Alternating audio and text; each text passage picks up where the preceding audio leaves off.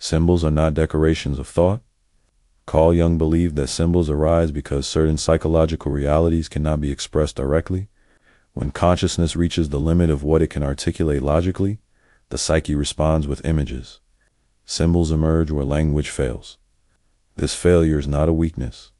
It is a boundary. The ego prefers clarity. It relies on concepts, definitions, and distinctions. Conscious thinking operates by separating. Symbols operate differently. They hold multiple meanings at once without resolving them. This difference matters. A symbol does not explain. It contains. Jung emphasized that a symbol is not a sign. A sign points to something already known. A symbol points toward something that is still forming in consciousness. It gestures toward meaning without exhausting it. This is why symbols feel alive. They change as the psyche changes. When a symbol becomes fully explained, what remains is an idea. Ideas inform the intellect. Symbols transform the psyche. Transformation requires ambiguity. Ambiguity frustrates the ego. The ego wants resolution. The psyche wants integration. Symbols make integration possible by allowing opposites to coexist. Light and dark, life and death, creation and destruction all can be present in a single image without contradiction. Logic cannot do that. Jung believed that this capacity makes symbols indispensable to psychological development. Without symbols, unconscious material cannot be related to consciously. It either remains buried or erupts chaotically. Symbols mediate.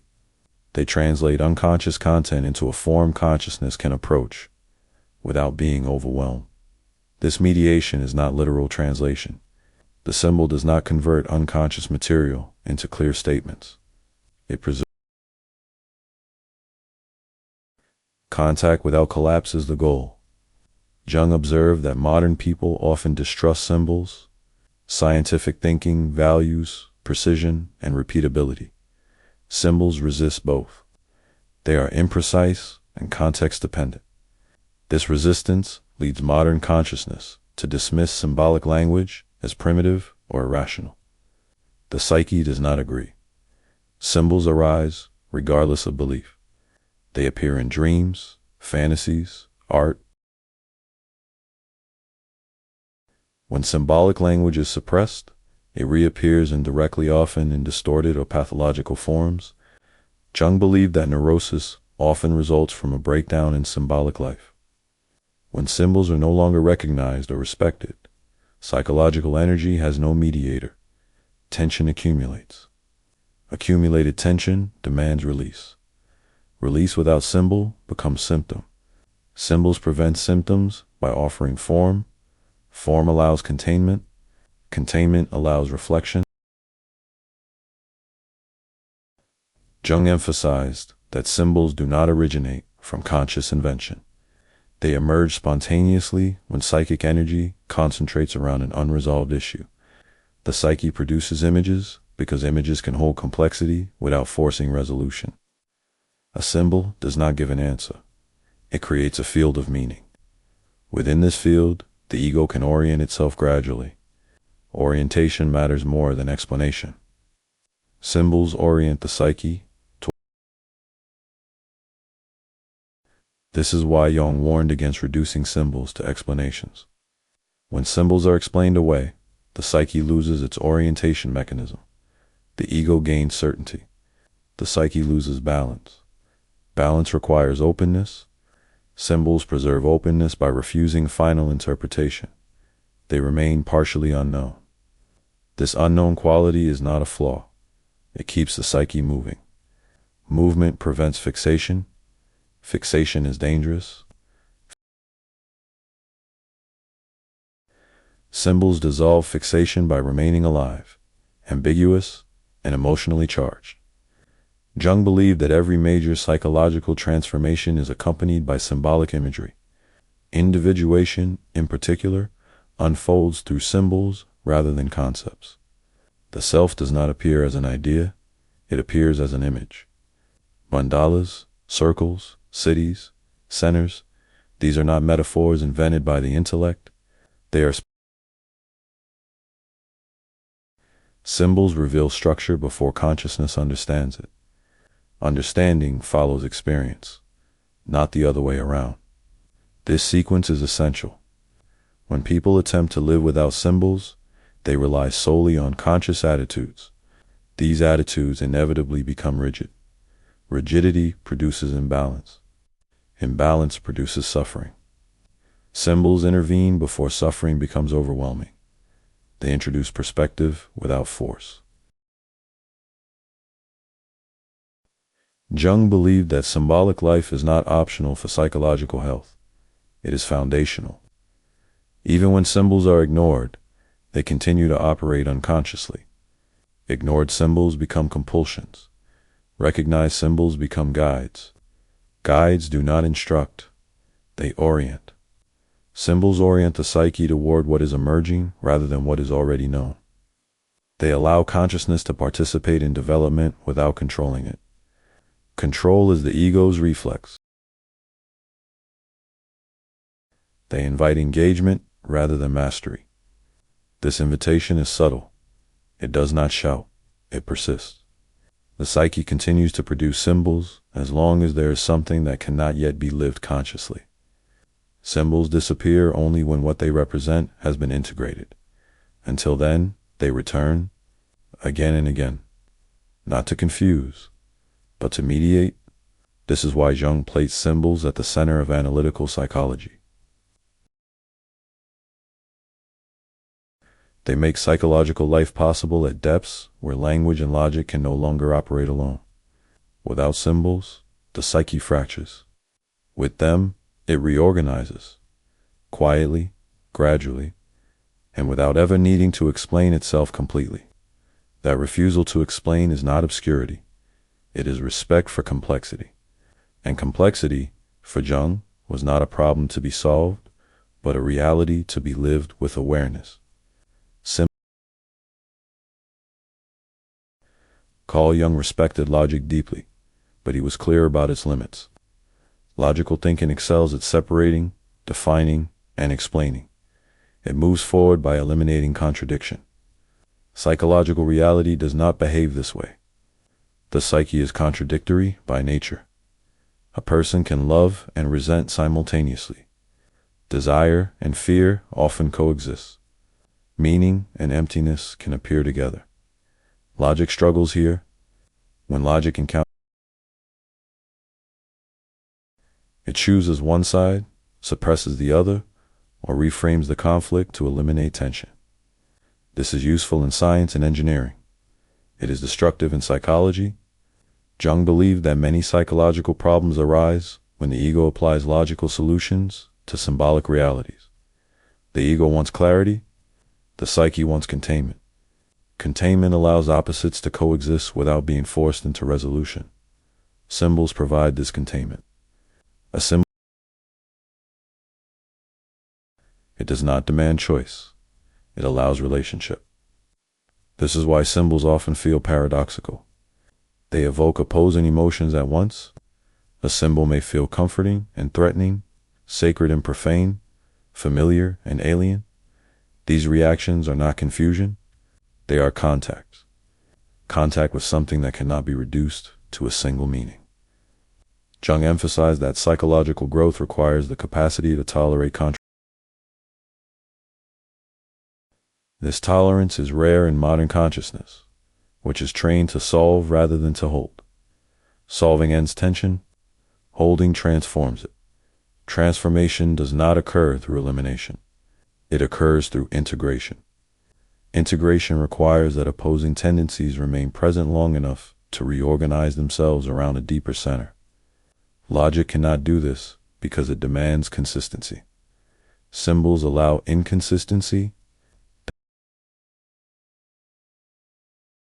This living ambiguity is uncomfortable for the ego. It destabilizes certainty, but this destabilization is necessary. Without it, consciousness becomes rigid and defensive. Defensiveness blocks development. Jung believed that symbols soften defensiveness by bypassing argument. A symbol does not confront the ego directly.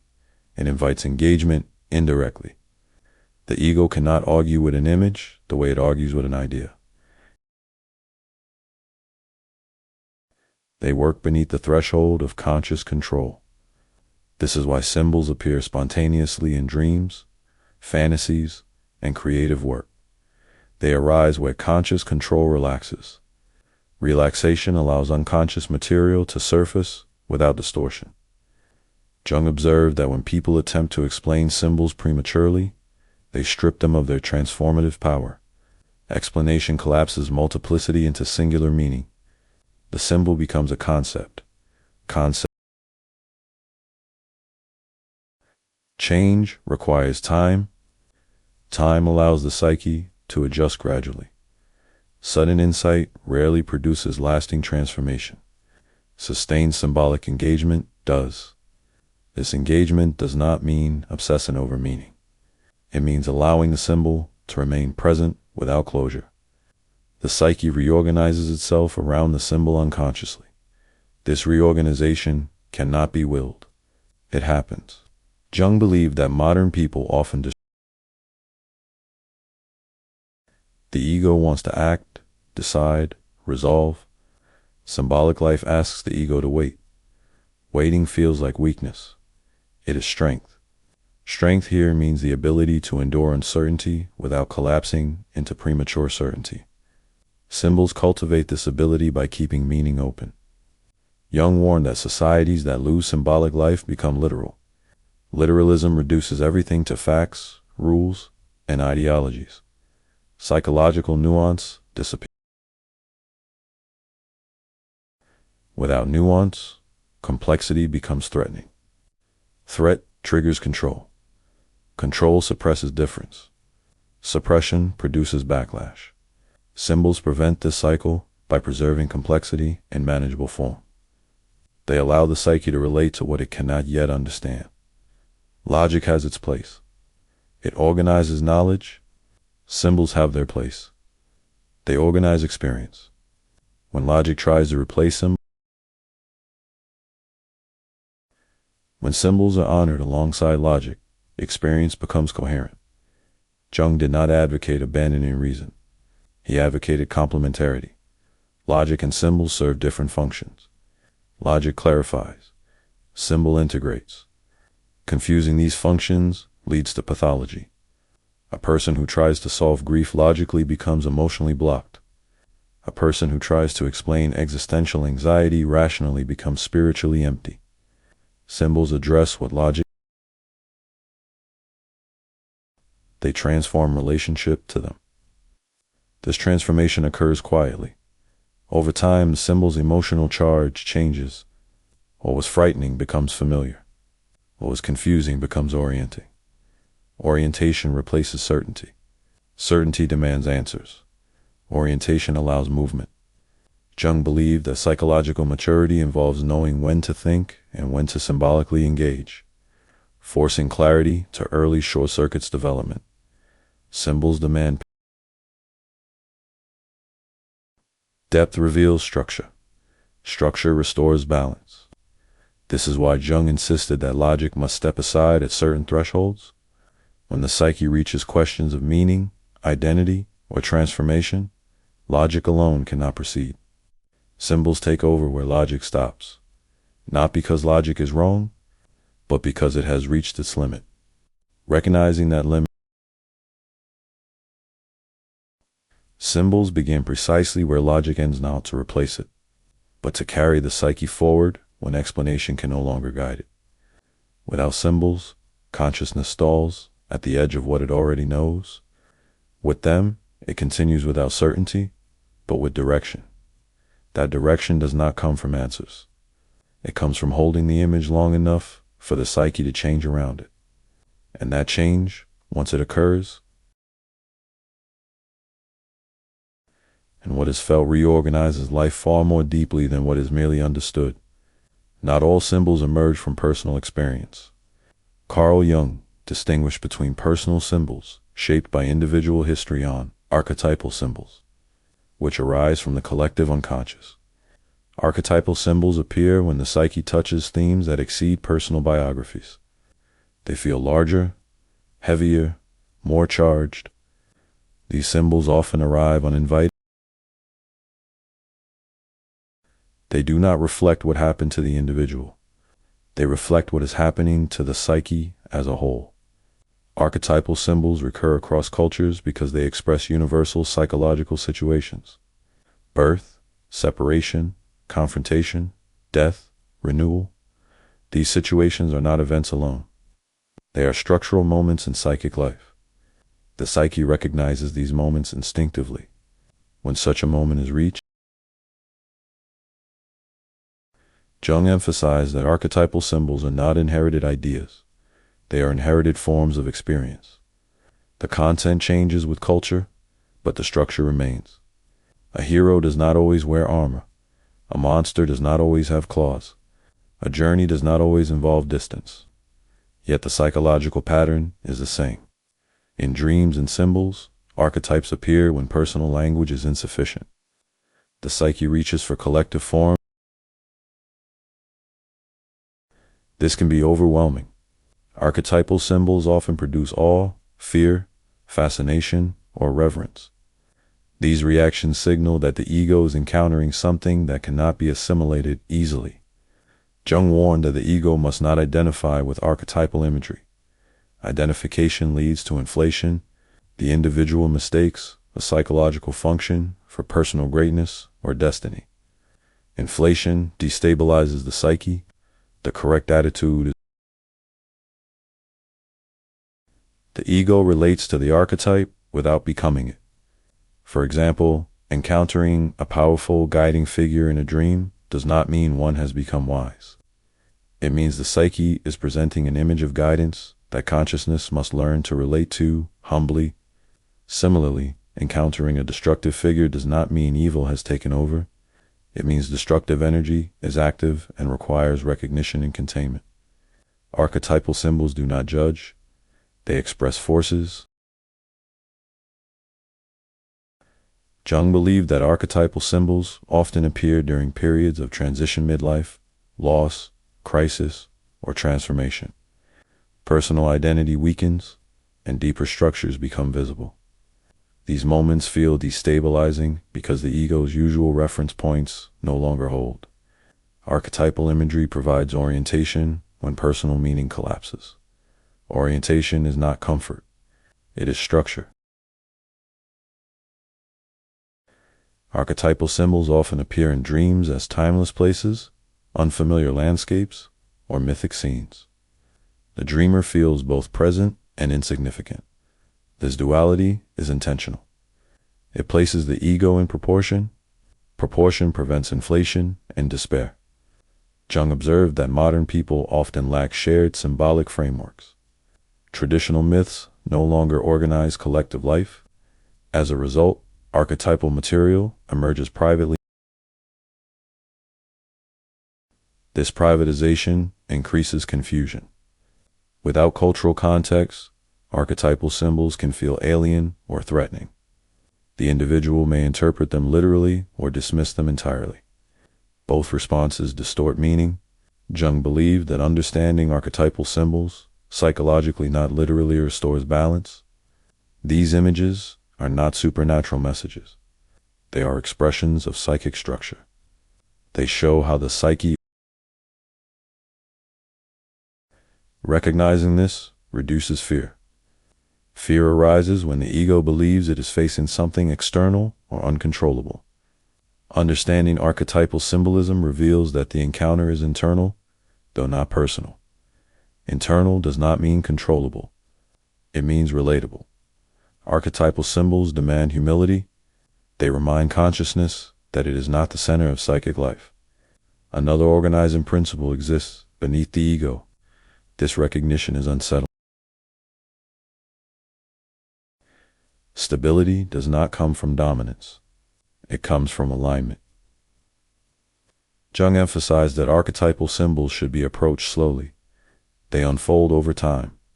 Their meaning cannot be extracted at once. Attempting to do so collapses their depth. Depth requires patience. Patience allows integration. Integration prevents possession. Possession occurs when archetypal ideologies, fanaticism, and mass movements often arise from unintegrated archetypal energy. Symbols protect against this. They keep archetypal forces imaginal rather than literal. Imaginal containment allows reflection. Reflection allows choice. Jung believed that societies, as well as individuals, depend on symbolic mediation. When symbols are lost, archetypal energy manifests concretely or fun destructively. Dreams restore symbolic mediation. This places responsibility on the individual psyche. The individual becomes the container.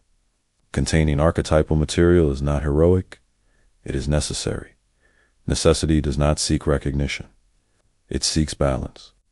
Archetypal symbols, when related to properly, do not overwhelm. They orient the psyche toward its place within a larger structure. This orientation reduces narcissism and isolation simultaneously. One feels neither all-powerful nor insignificant. Jung believed this sense of being situated is essential for psychological health. Without it, the ego oscillates between inflation and collapse. Archetypal symbols stabilize this oscillation. They remind consciousness that it participates in patterns older and larger than itself, without erasing individuality. Individuality emerges through relationship with the collective, not separation from it. They bridge personal experience and collective structure without reducing one to the other. That bridging is their function. Without it, the psyche fragments. With it, development continues even. When certainty disappears, archetypal symbols do not provide answers. They provide context. Context transforms chaos into pattern. Pattern allows meaning to emerge over time. And time, for Jung, was essential. Symbols do not hurry. When readiness appears, they speak not loudly, but unmistakably. And what they reveal is not destiny. It is structure. Structure that supports life without constraining it. That support is invisible until it is missing. Archetypal symbols ensure it remains present, quietly organizing the psyche beneath awareness. Long before the ego understands what is happening, that is their power and their necessity. Certain symbols. Carl Jung paid particular attention to symbols of center, order, and wholeness, especially mandalas. These images do not arise because the ego seeks harmony. They arise when the psyche is creating it. A mandala is not decoration. It is a psychic event. Jung observed that mandalas often emerge spontaneously in dreams, drawings, and fantasies during periods of inner instability. At precisely the moment when consciousness feels fragmented. This is not compensation in the usual sense. It is self-regulation. The psyche organizes itself before the ego understands what is happening. Mandalas appear as circles, squares, cities, temples, wheels, or symmetrical patterns. The form varies, but the function remains the same: to establish a center around which psychic energy can orient itself. The ego is rarely this center. This realization is difficult. Modern conscious mandalas contradict this assumption. They emerge without conscious intention. The psyche organizes itself independently of the ego's plans. Jung believed that this autonomy is essential. If psychic order depended on conscious effort alone, breakdown would be inevitable. The psyche must be capable of restoring balance from within. Mandalas demonstrate this capacity visually. They show order before it is lived. This is why mandalas feel strange. They signal that something deeper is holding the psyche together. Holding does not mean solving. It means stabilizing. Jung emphasized that mandalas often appear after psychological chaos, periods of anxiety, loss, or disorientation. They do not erase chaos. They contain it. Containment allows endurance. Endurance allows transformation. The center represented by Mandalas. This function Jung called the self, the organizing principle of the psyche that transcends conscious identity. The self is not the ego perfected. It is the ego relativized. Relativization restores proportion. Proportion prevents inflation and collapse. Mandalas show the ego its place without humiliating it. They invite the ego into relationship with a larger organizing principle. This invitation is subtle. The ego may not recognize it consciously. Jung observed that people often feel drawn to Mandala-like images during periods of uncertainty. They sketch circles unconsciously. They gravitate towards symmetry. They seek structure without knowing why. The psyche knows. Mandalas appear when structure is needed but not yet articulated. They precede understanding. Understanding follows orientation. This sequence is crucial. If the ego tries to impose order Mandalas represent organic order that emerges rather than being enforced. Enforced order suppresses difference. Organic order integrates it. Integration does not eliminate tension. It distributes it. Jung believed that mandalas are not signs of completion. They are signs of process. They appear repeatedly, often changing form as development continues. Each mandala reflects a different phase of psychic organization. Some are rigid and mechanical. Some are fragmented but symmetrical.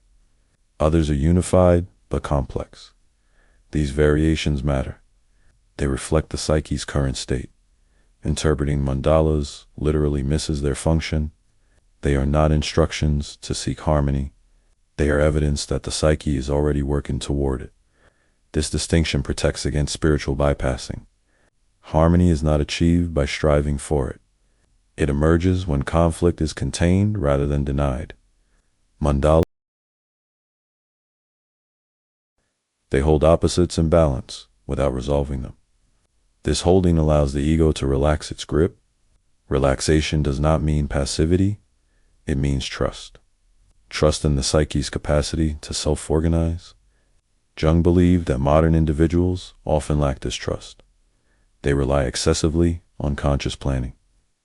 When planning fails, they experience panic. Mandalas counter panic by demonstrating order without control. This demonstration images persuade where arguments fail. Jung emphasized that mandalas do not need interpretation to be effective. Their presence alone can stabilize psychic energy. This is why drawing mandalas often produces calm even without insight. Calm is not resolution, it is capacity. Capacity allows engagement with complexity without fragmentation. Mandalas therefore serve a protective function. They prevent They provide a psychic container within which transformation can occur safely. Transformation without container is dangerous. Container without transformation is stagnant. Mandalas balance both. Jung believed that the appearance of mandala symbols often marks a shift in individuation. The psyche moves from conflict-driven correction towards self-directed organization. This shift is subtle. It does not announce itself, but it changes the tone of inner life. Images become more structured. Emotional reactions become more proportional. These changes reflect internal reorientation rather than external success. The ego may still struggle, but it struggles within a larger order. That order does not eliminate difficulty. It gives difficulty meaning. Meaning stabilizes suffering. Mandalas do not promise peace. They provide orientation. Orientation reduces despair. Mandalas reveal that chaos participates in a larger pattern of it. If the pattern is not yet visible, this revelation is not comforting in a sentimental way. It is grounding. Grounding restores the psyche's capacity to endure uncertainty. Jung believed that this endurance is essential for mature psychological life. Without it, individuals oscillate between control and collapse. Mandalas interrupt this oscillation. They anchor the psyche. A structure that allows movement rather than fixing position. In this way, mandalas represent one of the psyche's most important symbolic achievements. They demonstrate that order does not need to be imposed. It emerges quietly, persistently, and often long before consciousness realizes it has changed. That emergence is not the end of development. It is its stabilization. From that stabilization, further differentiation.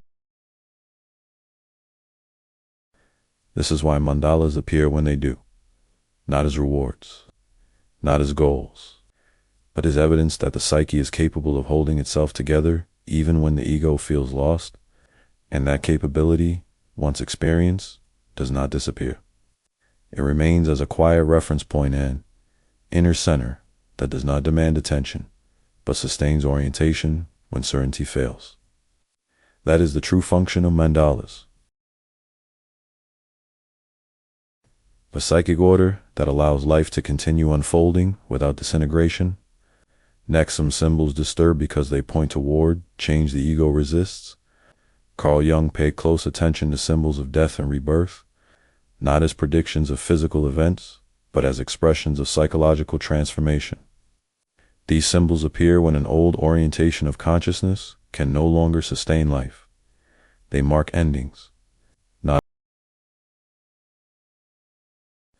Dreams and symbolic images of death often provoke fear because the ego experiences them as threats to continuity. The ego equates survival with sameness. Anything that signals the end of a familiar identity feels catastrophic. The psyche does not share this fear. For the psyche, death is a structural necessity. Psychological development requires that outdated attitudes, roles, and self-concepts dissolve. Symbols of death. This dissolution is not optional. It is developmental. Jung emphasized that rebirth symbols almost always accompany death symbols.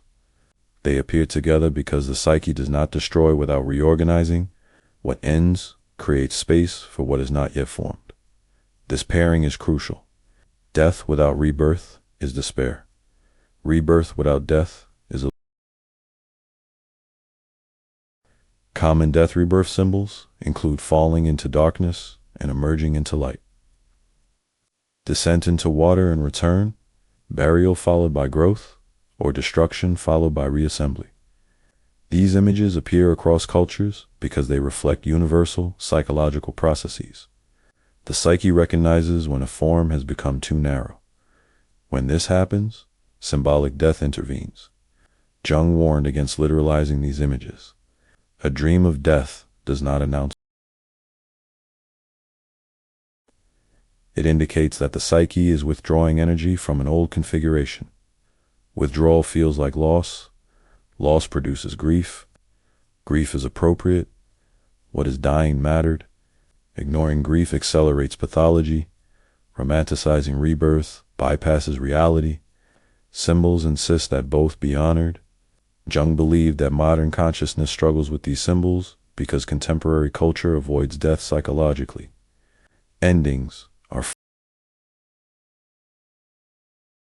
As a result, people cling to identities long after they have become restrictive. Dreams correct this avoidance. They confront the ego with images it would rather ignore. These images are not cruel. They are honest. Death symbols appear when compromise is no longer possible. The psyche cannot adapt an existing structure further. It must be dismantled. Dismantling feels violent to the ego.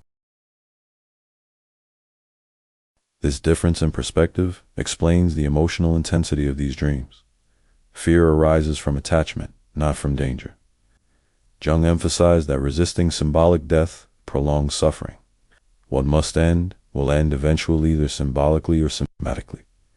When symbolic death is resisted, the psyche enacts death through depression, stagnation, or breakdown. Symbols offer a gentler path. They allow the ego to participate consciously. Participation does not mean control. It means acknowledgement. Acknowledgement reduces terror. Terror arises when change feels imposed rather than understood. Symbols transform imposition into meaning. Rebirth symbols do not promise improvement. They promise difference. The new form may feel unfamiliar, fragile, or uncertain. Rebirth is not triumph, it is vulnerability. The ego often expects rebirth to restore certainty. Instead, it introduces openness. New capacities are not yet developed. This liminal state is uncomfortable. Jung believed that this discomfort is unavoidable. It signals that development is underway but incomplete. Symbols hold the psyche during this in-between phase. They provide continuity when identity dissolves. Continuity does not mean sameness. It means coherence across change. Death rebirth symbols preserve coherence.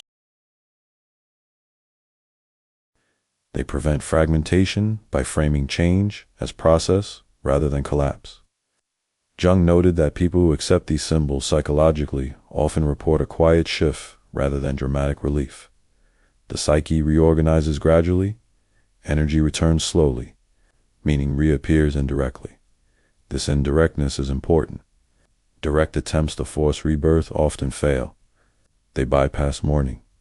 Without mourning, transformation remains superficial. Symbols insist.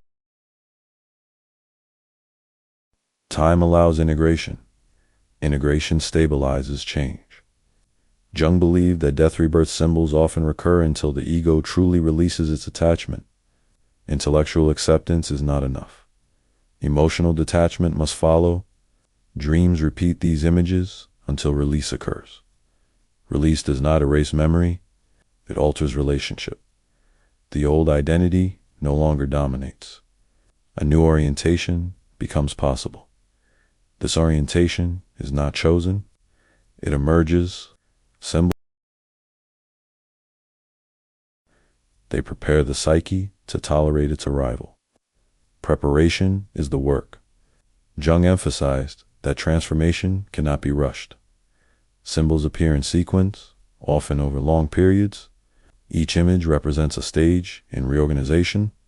Skipping stages produces imbalance. Balance requires patience. Patience allows depth. Depth allows authenticity. Authenticity here does not mean being true to oneself in a superficial sense. It means living. Symbols guide this alignment without command.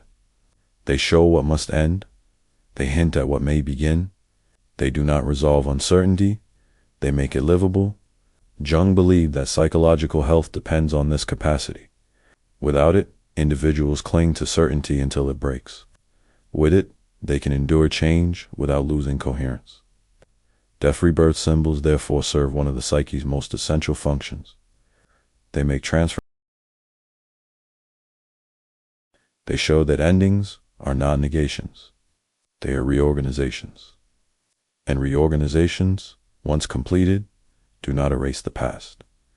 They integrate it. That integration is what gives continuity to a life that changes. Without it, change feels like loss alone. With it, loss becomes movement. Symbols do not make this easy. They make it possible. And possibility, for Jung, was the foundation of psychological life. Where symbols appear, possibility reopens. Quietly, relentlessly. And without asking the ego's permission. That is why death and rebirth appear so persistently in dreams and symbolic life. They are not threats, they are necessities. And when they are recognized as such, transformation no longer feels like destruction. It feels like passage. A passage that cannot be avoided, but can be lived through with awareness rather than terror. That awareness and meaning, once present, changes everything. Certain symbols appear at moments when the psyche reaches a boundary. Carl Jung referred to these as threshold symbols, images that arise when consciousness is approaching a psychological limit it cannot cross in its current form. These symbols do not describe what lies beyond the threshold. They mark the fact that a threshold exists. They announce, something cannot continue as it is. Two of the most common thresholds. They appear repeatedly across cultures and dreams because they represent fundamental psychological tensions. The snake is an image of instinctual life. It belongs to the ground, the body, the earth. It moves without limbs, without deliberation. It senses vibration rather than plans action. For the ego, the snake is disturbing. It represents what consciousness does not control. Jung believed that snake symbols often appear when instinct has been repressed. The psyche introduces the snake not to frighten, but to restore contact with bodily intelligence. Fear arises because the ego associates instinct with danger. The psyche associates instinct with survival. Snake symbols, therefore, often accompany moments when rational control has reached its limit. Conscious planning no longer works. A different form of knowing is required. This knowing is not intellectual. It is embodied. The snake mark. Similarly, towers represent structures of consciousness belief systems, identities, achievements, or perspectives that rise above instinctual life. Towers are elevated. They offer visibility, control, and distance. They also isolate. Jung believed that tower symbols often appear when the ego has become overly identified with a particular viewpoint. The tower offers security through height, but it disconnects the individual from the ground. Tower dreams often involve collapse, instability, or threat. The psyche signals that the structure has become unsustainable. What once provided orientation now restricts adaptation. The tower must be relinquished or transformed. Threshold symbols like snakes and towers often appear together. Instinct challenges structure. Structure resists instinct. The psyche stages this conflict symbolically because it cannot be resolved conceptually. Concepts choose sides. Holding tension allows reorganization. Jung emphasized that these symbols do not demand action. They demand awareness. Acting prematurely collapses the symbol into behavior. Awareness allows integration. For example, a dream of a snake does not require indulgence in impulse. It requires recognition of instinct's role. A dream of a collapsing tower does not require abandoning identity. It requires loosening identification. Threshold. Warning does not mean danger is imminent. It means orientation is required. These symbols often appear repeatedly because the ego hesitates at thresholds. Crossing them involves uncertainty. Identity must change. Familiar strategies fail. The psyche does not force crossing. It marks the boundary. Jung believed that respecting thresholds prevents psychological injury.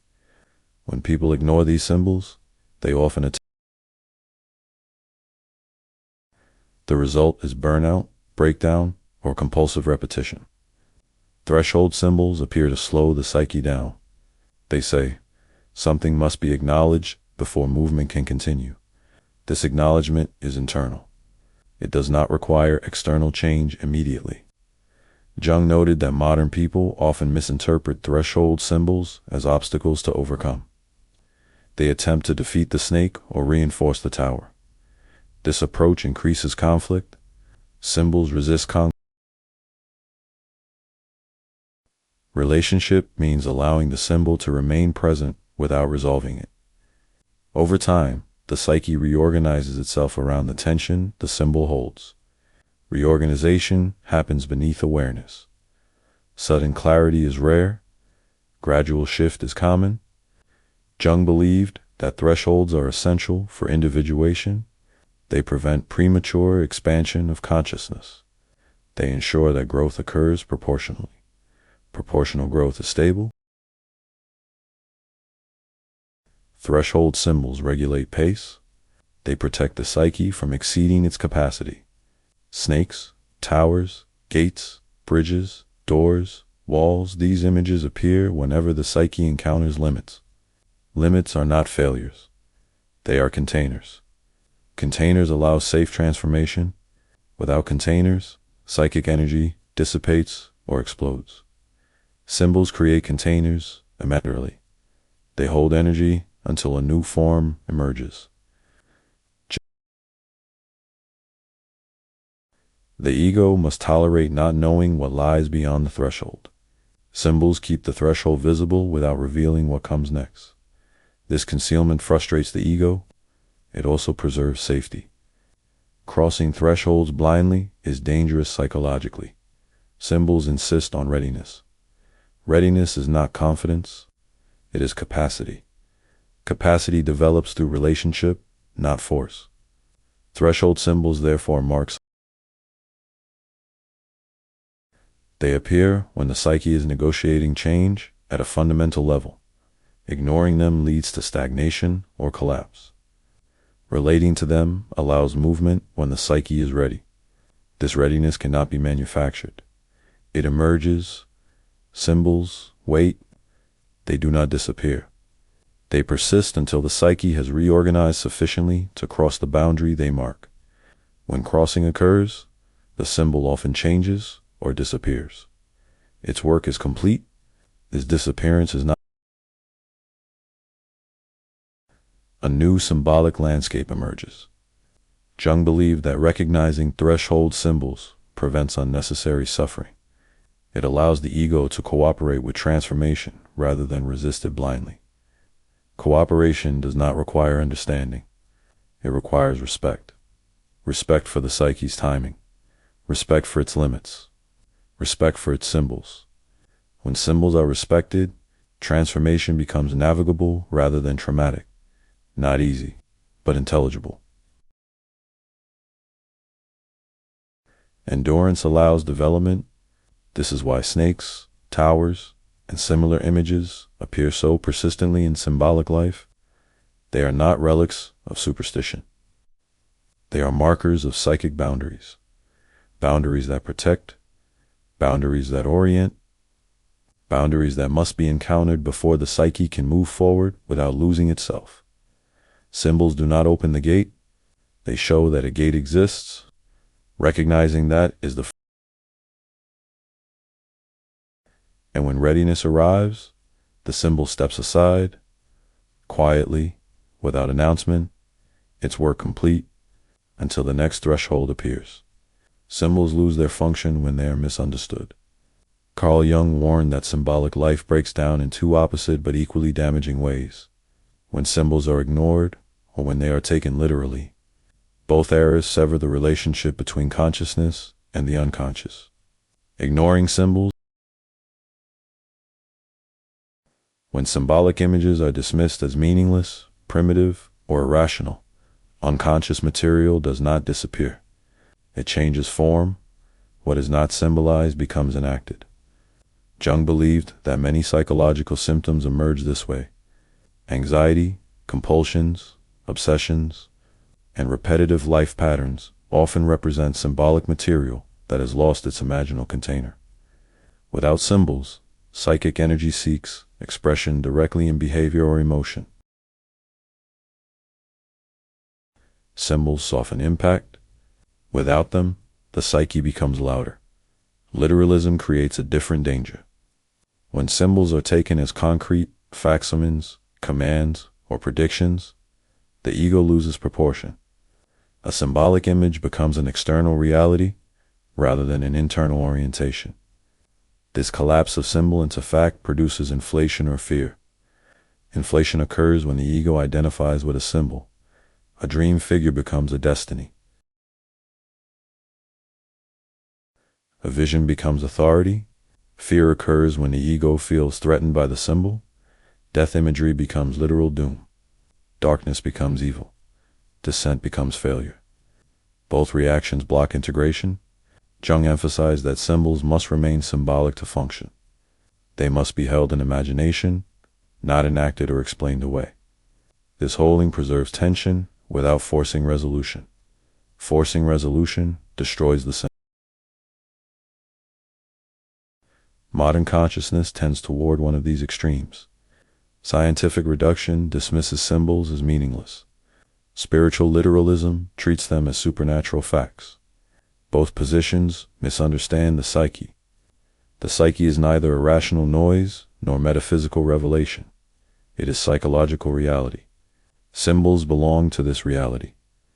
Jung believed that symbolic literacy, the ability to recognize symbols without literalizing or without it, individuals oscillate between skepticism and superstition. Neither forces integration. Integration requires a middle position. This middle position is difficult. It requires tolerating ambiguity without rushing to certainty. Symbols demand this tolerance. When symbols are ignored, the psyche compensates through fate-like repetition. The individual lives out what was meant to be reflected on. Patterns repeat with increasing intensity. When symbols are taken literally, the psyche becomes rigid, meaning freezes, development stalls, the symbol no longer evolves with the psyche, stagnation follows. Jung believed that both outcomes represent failures of relationship. The ego either refuses to listen or listens too literally. In both cases, dialogue collapses. Dialogue requires distance. Distance allows reflection. Reflection allows integration. Symbols provide this distance by existing. Jung observed that many cultural conflicts arise from symbolic breakdown. Religious symbols become dogma. Political symbols become ideology.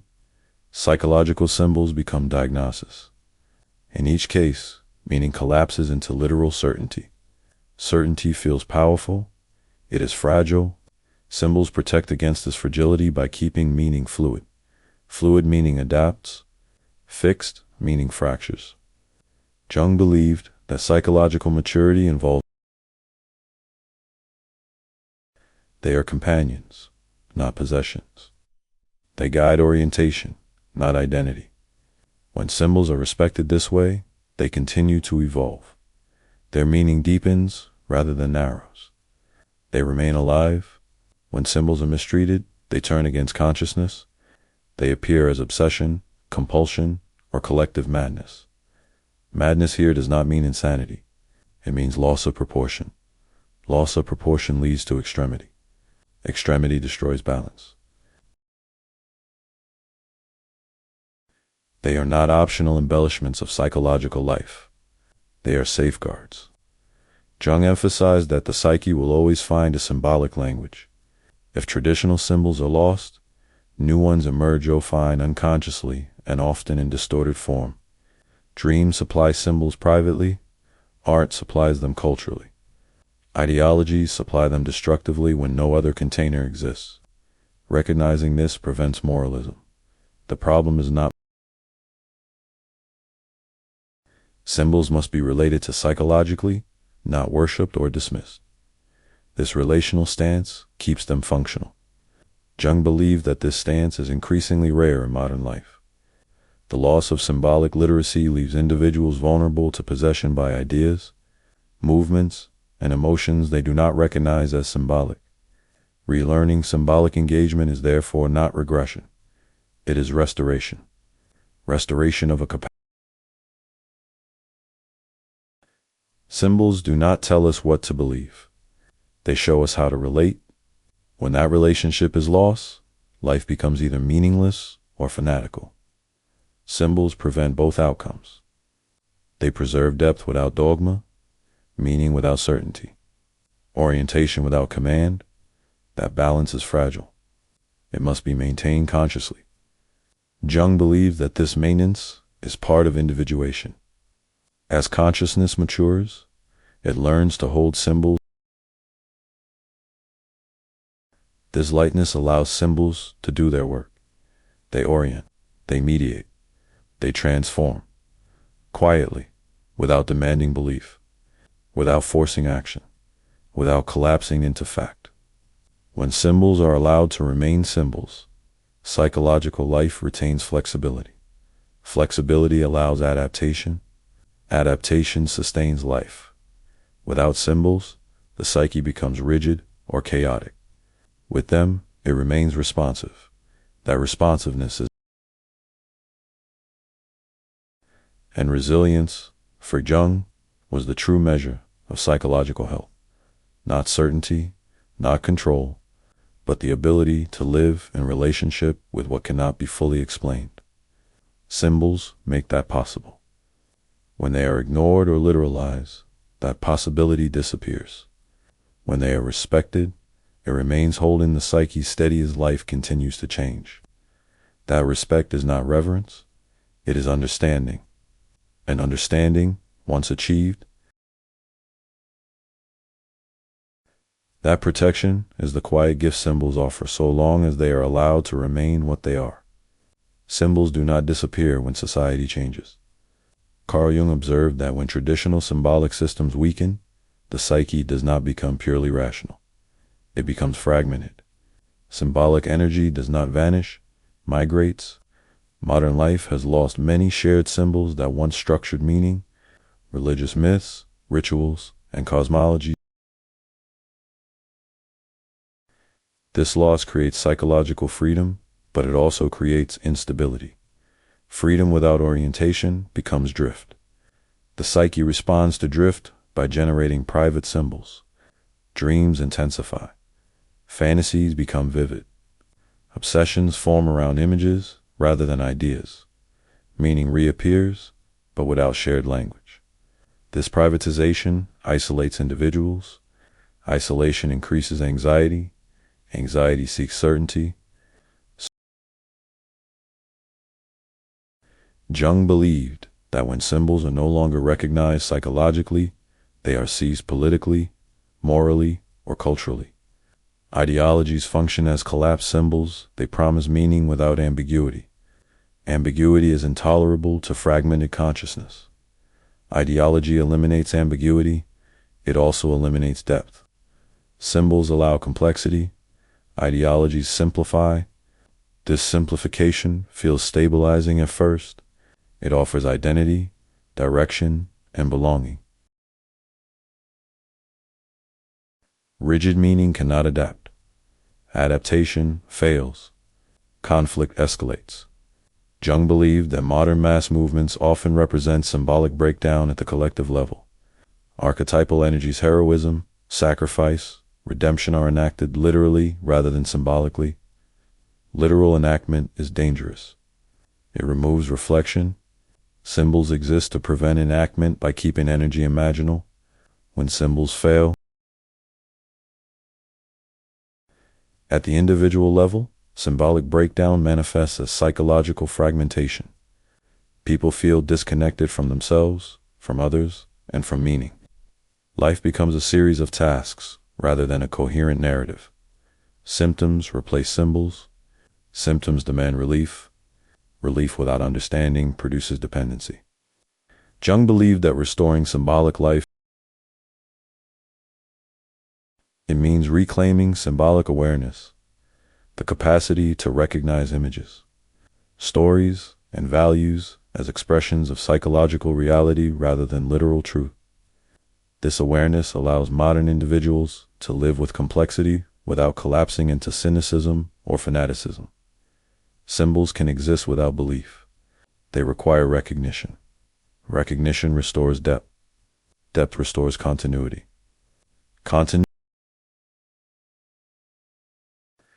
Jung emphasized that symbolic life is not optional in modernity, is essential. Without it, consciousness oscillates between emptiness and extremity. Symbols occupy the middle ground. They hold meaning without enforcing certainty. They allow participation without possession. Modern art, film, and literature often serve as symbolic containers unconsciously. People are drawn to stories, images, and characters. The psyche recognizes structure even when consciousness does not. This recognition can heal fragmentation if symbols are engaged reflectively rather than consumed compulsively. Consumption replaces engagement. Engagement restores relationship. Jung believed that modern individuals must learn to relate to symbols consciously because culture no longer does this work collectively. This responsibility is heavier, but it is also liberating. It allows symbols become personal guides rather than imposed truths. This personalization does not isolate when handled properly. It connects individuals to shared human patterns without erasing individuality. Connection reduces alienation. Alienation fuels projection. Projection fuels conflict. Symbols interrupt this chain. They reveal inner structure. Structure grounds experience. Grounded experience. Jung believed that modern psychological health depends on restoring symbolic mediation at the individual level. Dreams, creative work, and reflection become essential practices, not as self-improvement techniques, but as ways of maintaining relationship with the psyche. Relationship prevents fragmentation. Fragmentation produces symptoms. Symptoms distract from meaning. Symbols restore it indirectly. They do not solve modern problems. This prevention is quiet. It does not announce itself. It works beneath awareness. When symbols are alive, individuals feel oriented even when uncertain. They can tolerate ambiguity without panic. They can change without losing coherence. This tolerance is rare. It must be cultivated. Jung believed that cultivating symbolic awareness is one of the most important psychological tasks of modern life. Without it, progress becomes. With it, modern individuals can inhabit complexity without being torn apart by it. Symbols do not return us to the past. They allow us to live in the present with depth. That depth does not comfort.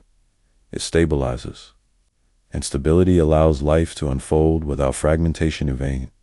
In a world that no longer offers ready-made meaning, symbols provide this function quietly, persistently, and without demanding belief.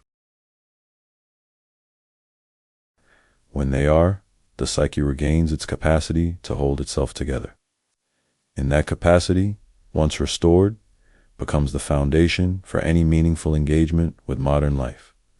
Without symbols, consciousness fragments. With them, it organizes. That organization is not rigid. It is responsive. Responsive enough to endure change. Responsive enough to integrate difference. Responsive enough to remain whole in a world that no longer guarantees wholeness.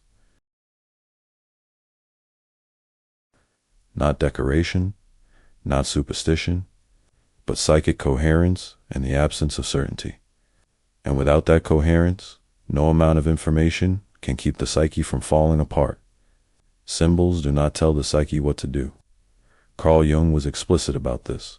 Symbols are not solutions. They do not provide instructions, predictions, or guarantees. Their function is orientation, helping consciousness find its position relative to forces it cannot fully control. Certainty closes questions. Orientation keeps them alive. Jung believed that many people turn to symbols, hoping for answers because answers relieve anxiety. Symbols rarely offer this relief. Instead, they deepen awareness of tension. They show where consciousness stands in relation to conflict, meaning, and change. This can feel disappointing. It is also essential. Psychological development depends. Symbols cultivate this capacity by refusing closure. They hold meaning open long enough for the psyche to reorganize itself. Reorganization is not directed. It unfolds. Symbols mark this unfolding without prescribing its outcome. Jung emphasized that when symbols are approached as answers, they become rigid. They are forced into doctrine, belief, or formula. This rigidity destroys their function. A rigid symbol becomes an idea. Ideas persuade, symbols transform. Time allows the psyche to shift gradually rather than collapse under pressure. Symbols work slowly. They influence mood, perception, and value long before conscious understanding catches up. This delay frustrates the ego. The ego wants immediate clarity. Symbols resist immediacy. They insist on duration. Jung believed that this insistence protects the psyche. Rapid insight can overwhelm. Gradual orientation stabilizes. Symbols therefore often feel vague. They suggest rather than command. This indirectness is not a weakness. It is precision. Precision aimed at the psyche, not the intellect. Jung observed that people who demand answers from symbols often miss their effect. The symbol has already done its work, but the ego remains dissatisfied because it did not receive instruction. Instruction is not the goal. Relationship allows orientation to deepen naturally. Over time, what once provoked anxiety becomes familiar. What once confused begins to orient. Orientation does not eliminate conflict. It allows movement within it. Jung believed that symbols guide the psyche through uncertainty without pretending to remove it. They acknowledge that life contains irresolvable tensions between freedom and responsibility, individuality and belonging, change and continuity. Symbols do not resolve these tensions. They hold them. Splitting creates extremes. Symbols stabilize by maintaining relationship between opposites. This stabilization is subtle. It does not feel like progress. It feels like grounding. Grounding allows the psyche to act without compulsion. Compulsion arises when orientation is lost. Symbols restore it. Jung emphasized that symbols often precede conscious decisions. A person may feel drawn toward. This attraction is symbolic orientation at work. Later, reasons appear. Reasons follow orientation, not the reverse. This sequence is important. When people try to decide without orientation, decisions feel arbitrary. When orientation is present, decisions feel inevitable rather than forced. Inevitability does not mean destiny. It means coherence. Coherence arises when conscious action aligns with unconscious structure. They show what is emerging without demanding allegiance. Jung believed that mature engagement with symbols involves restraint. The ego must resist the urge to finalize meaning. Final meaning arrests movement. Movement is life. Symbols remain effective only while they remain partially unknown. This partial unknowability is difficult to tolerate. The ego wants mastery. Symbols require humility. It means recognizing that psychological life exceeds conscious understanding. This recognition stabilizes the ego rather than diminishing it. An ego that accepts its limits is stronger than one that denies them. Symbols help the ego discover these limits without humiliation. They do so by offering orientation rather than command. Jung observed that people who live symbolically often describe a sense of being guided without being controlled. They move forward without rigid plans. This movement is not random. It is responsive. Responsiveness replaces control. Control seeks predictability. Responsiveness tolerates uncertainty. Symbols cultivate responsiveness. They allow consciousness to adjust continually rather than fixating on outcomes. This adjustment prevents stagnation. Stagnation produces despair. Despair arises when life feels disconnected from meaning. They do not explain why something matters. They make it felt that it does. Feeling precedes understanding. Understanding follows orientation. Jung believed that this order cannot be reversed. When people attempt to reason themselves into meaning, they often fail. Meaning arises from lived alignment, not from explanation. Symbols facilitate this alignment by shaping perception before thought. They influence how the psyche relates to experience. This influence. Over time, the psyche feels less divided, less pulled apart by conflicting demands, more capable of holding complexity. This capacity is the mark of psychological maturity. Maturity does not eliminate uncertainty. It makes uncertainty livable. Symbols contribute to this livability by providing internal landmarks. These landmarks do not dictate direction. They indicate position. Position allows orientation. Orientation allows movement. Jung believed that when symbols are respected as orienting rather than explanatory, they remain alive. They continue to mediate between conscious and unconscious without collapsing into doctrine or fading into irrelevance. This living mediation is essential. Without it, the psyche oscillates between chaos and rigidity. With it, the psyche remains flexible, coherent, and responsive. Symbols do not promise relationship between what is known and what is emerging, between what has been lived and what is becoming possible. That relationship does not end uncertainty. It gives it structure, and structure allows the psyche to move forward without losing itself. That is the true function of symbols, not to explain life, but to orient it, quietly, persistently, and without ever demanding that the ego fully understand what it is participating.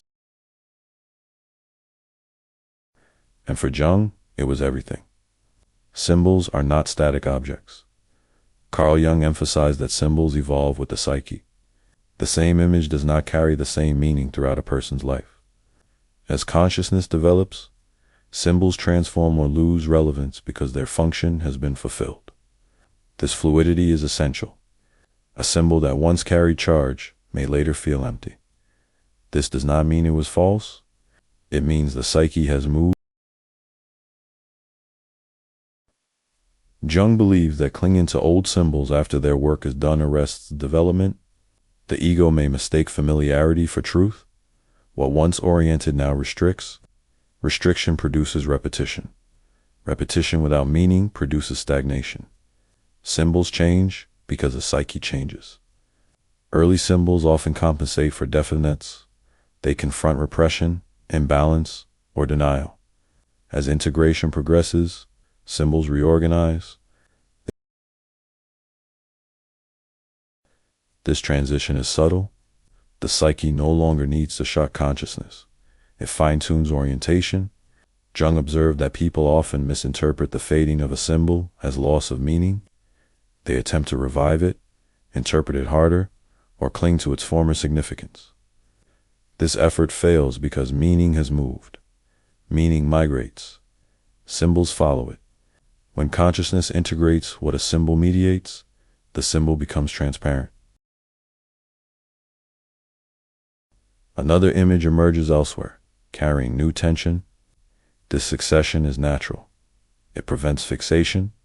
Fixation on symbols is as dangerous as fixation on ideas. Both freeze development. Symbols are meant to be used and released, not preserved indefinitely. Jung believed that mature psychological life involves recognizing when a symbol has completed its function. Completion does not announce itself. It appears as quiet neutrality. The image no longer grips. It is readiness for a new orientation. This is why Jung warned against building identity around symbols. Identity solidifies what must remain fluid. Symbols orient, they do not define. Defining oneself through a symbol collapses its depth into a persona. Persona consumes symbol. Transformation ends. Symbols must remain relational, not identificatory. Jung also images that once structured meaning for entire cultures lose potency over time. When this happens, new symbols emerge often unconsciously and unevenly. This emergence can feel chaotic. The psyche experiments. Some symbols resonate briefly and fade. Others persist and deepen. This selection is not intellectual. It is experiential. Symbols that hold tension survive. Symbols that resolve it to quickly disappear. Jung believed that repetition without engagement drains vitality. The symbol becomes a sign, then a cliché. Clichés irritate because they once carried meaning. Meaning exhausted becomes noise. This exhaustion signals that consciousness has moved or needs to.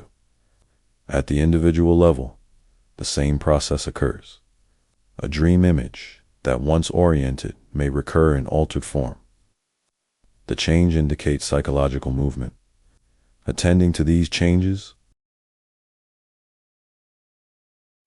the psyche communicates development through variation, not repetition alone. Variation shows progression. Progression is not improvement, it is differentiation. Differentiation increases complexity. Complexity requires stronger containers. Symbols evolve to provide them. Jung believed that the self-organizing center of the psyche does not reveal itself in a single image. It appears through a series of symbols over time. Capacity increases gradually. Symbols grow more intricate, then simpler, then structural, then quiet. This arc mirrors individuation. Individuation does not culminate in a final symbol. It stabilizes orientation. When orientation stabilizes, symbols recede into the background. They continue to operate, but they no longer demand attention. This receding is often misunderstood as loss. It is integration. Integrated symbols no longer need to be noticed. Jung emphasized that forcing symbols to remain vivid after integration destabilizes the psyche. It reintroduces tension that no longer serves development. Letting symbols fade is an act of trust. Trust that the psyche knows where to direct attention next. This trust is difficult. The ego prefers certainty. Symbols offer movement. Movement requires letting go. Jung believed that psychological maturity includes meaning that is lived no longer needs to be symbolized.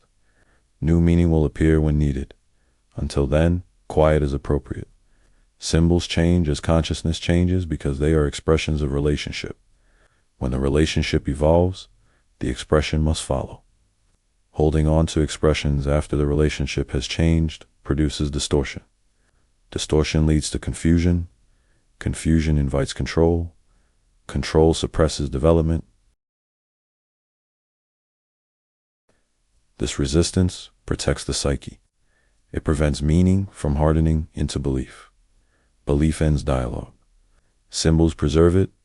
Jung believes that recognizing the impermanence of symbols prevents idolatry. No image is ultimate. No symbol is final. All are provisional.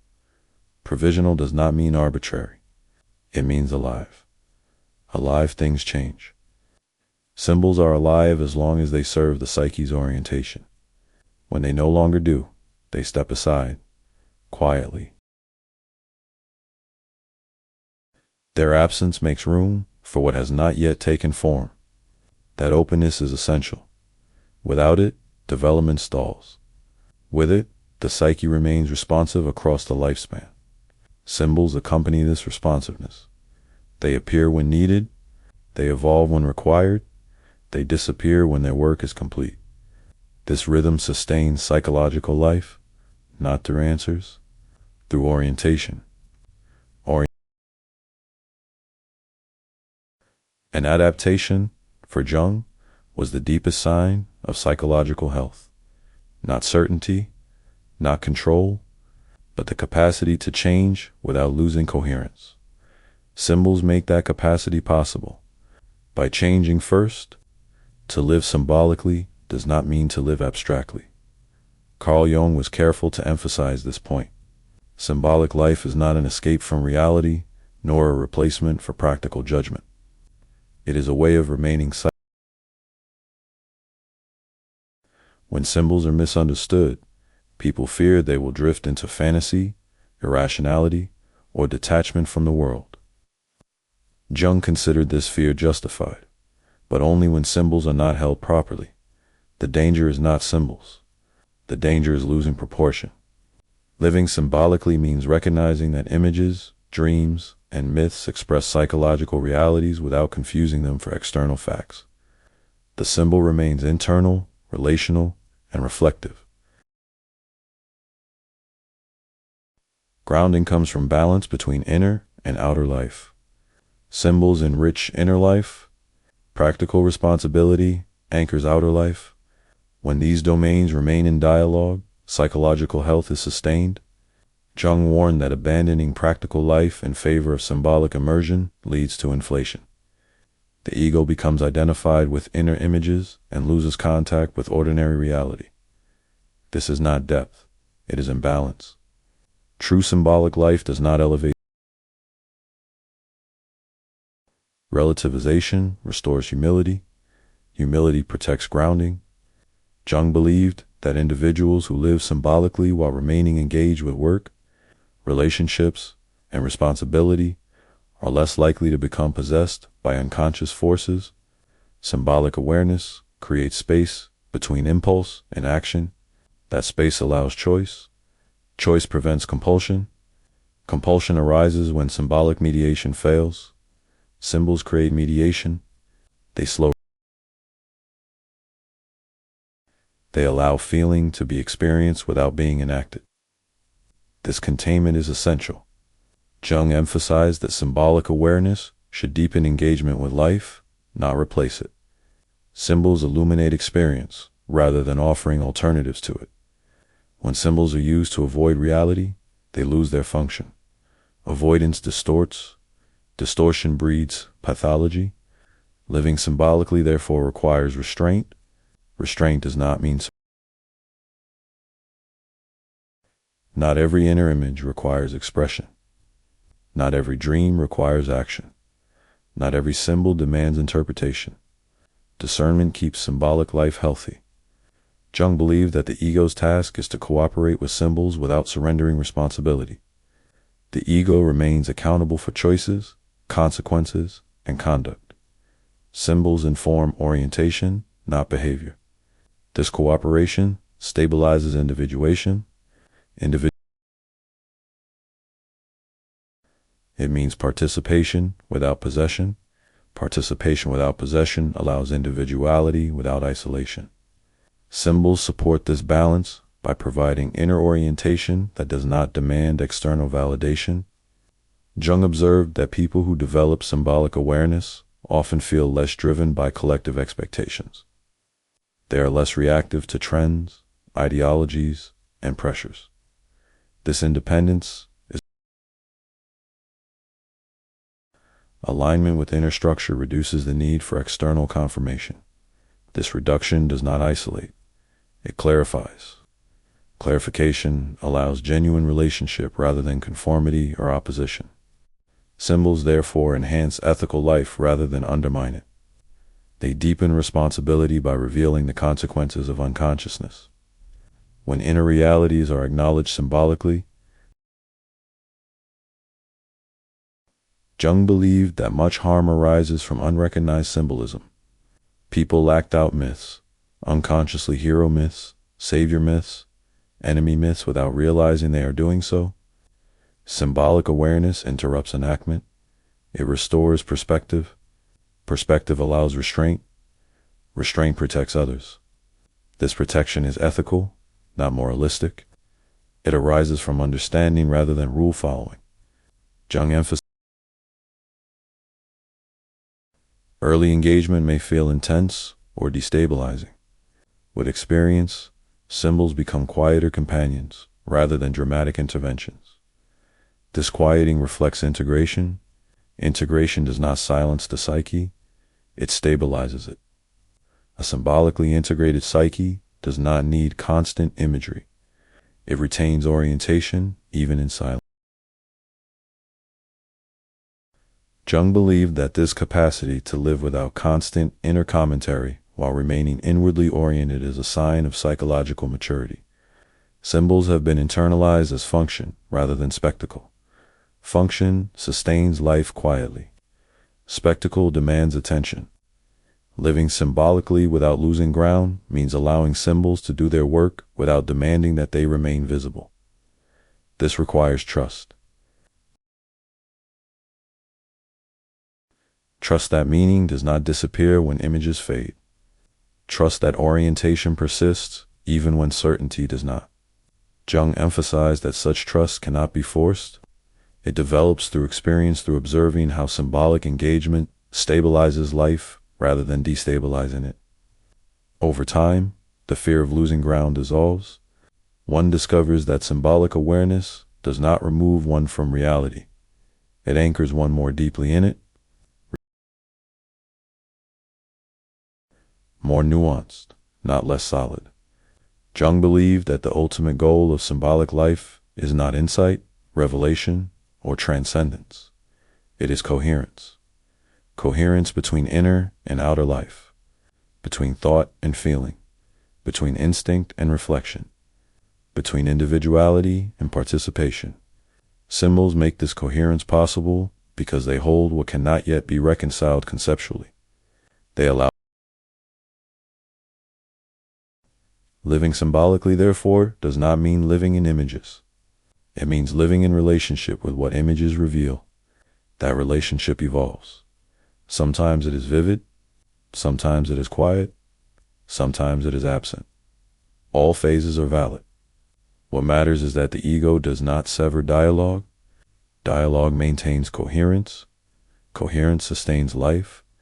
Jung believed that without symbolic mediation, modern individuals are vulnerable to fragmentation.